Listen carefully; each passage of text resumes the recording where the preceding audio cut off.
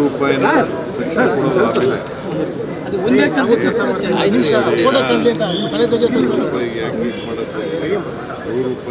ಅದು ಕೊಡ್ತೀವಿ, ಅದನ್ನು ಕೊಡ್ತೀವಿ.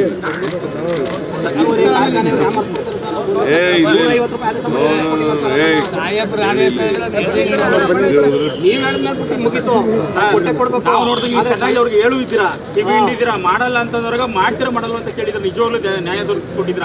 ಆದ್ರೆ ಅದನ್ನ ಫಸ್ಟ್ನೇ ಕಂತಲ್ಲೇ ಕೊಡಂಗ್ ಮಾಡ್ಕೊಡಿ ಸರ್. ಈಗ ನಿಮ್ಮ ಜಿಲ್ಲೆಯಲ್ಲೇ ಕಾಡು ಹಂಚಲಿ 3 ಜನ